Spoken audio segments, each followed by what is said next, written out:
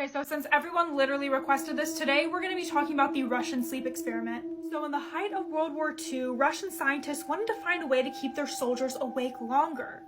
And in order to do this, they decided to test the effects of extreme sleep deprivation. They rounded up 5 prisoners of war and were like, hey, if you do this, we'll grant you your freedom. So they put them all inside of this sealed glass chamber that would continue to release this stimulant gas that would keep them awake. And apparently this gas was still in the experimental stages, so they didn't really know what would happen with it. But they were pretty confident that it wouldn't kill them at the least.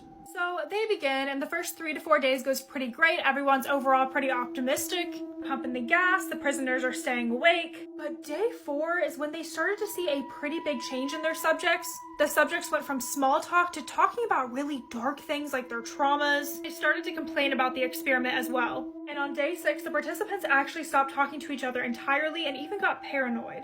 Each of them segregated themselves off in their own section of the chamber. A few of them began to believe that they could sell out their comrades in order to get out of the experiment. They tried to get each other in trouble, but the researchers didn't care. They were just there to observe. But on day 9, things took a significant turn whenever one of them just started screaming and running around. Went back and forth across the chamber for about 2 to 3 hours until he was just making a squeaking noise. And it was later found out that he had actually torn his own vocal cords from screaming so much. And the other subjects did not react to this whatsoever. Instead, the other participants reacted by ripping out parts of the books that were given to them to entertain them during this experiment. They soaked them in toilet water and started to place them over the glass so that the researchers could no longer see in. There's wet paper completely covering all the windows in the chamber. Their vision is completely obscured and it's been silent for about 3 days. I don't really know how this works, but I guess they were monitoring the oxygen consumption in the room and they could still tell that there was about 4 to 5 people still alive in there. But after this 3 days of silence, they concurred that either the microphones were broken or something was extremely wrong with the subjects. Either way, they were going to have to get into the chamber. They decided to use the intercom and were like, hey, we gotta get into the room. Everyone needs to lay on the ground and comply. And if you comply, then one of you gets to be free.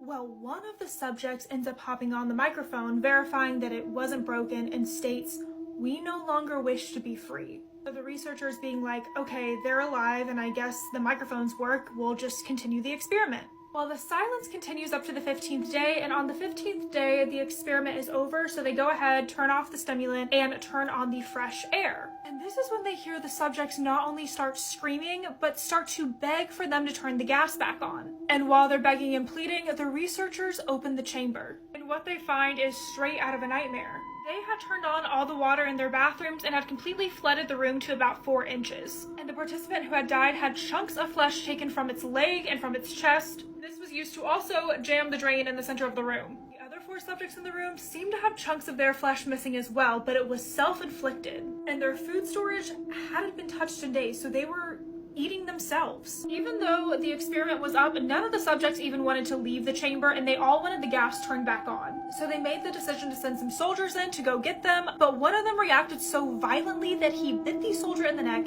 and the soldier bled to death. Another subject ruptured his spleen in the process of trying to move him and also bled to death. So now they have 2 casualties, but finally they're able to get the other 3 out. And they immediately take them to the hospital because they're emaciated and they have severe injuries from the chunks of flesh being gone. The first one, who was the most injured, was immediately brought back to surgery, but it seemed as though the sedatives weren't working on him. It does absolutely nothing and he just keeps begging for the gas. They administer the anesthesia and somehow this starts to make him even stronger, so much so that he actually rips a leather strap that was keeping him down on the bed.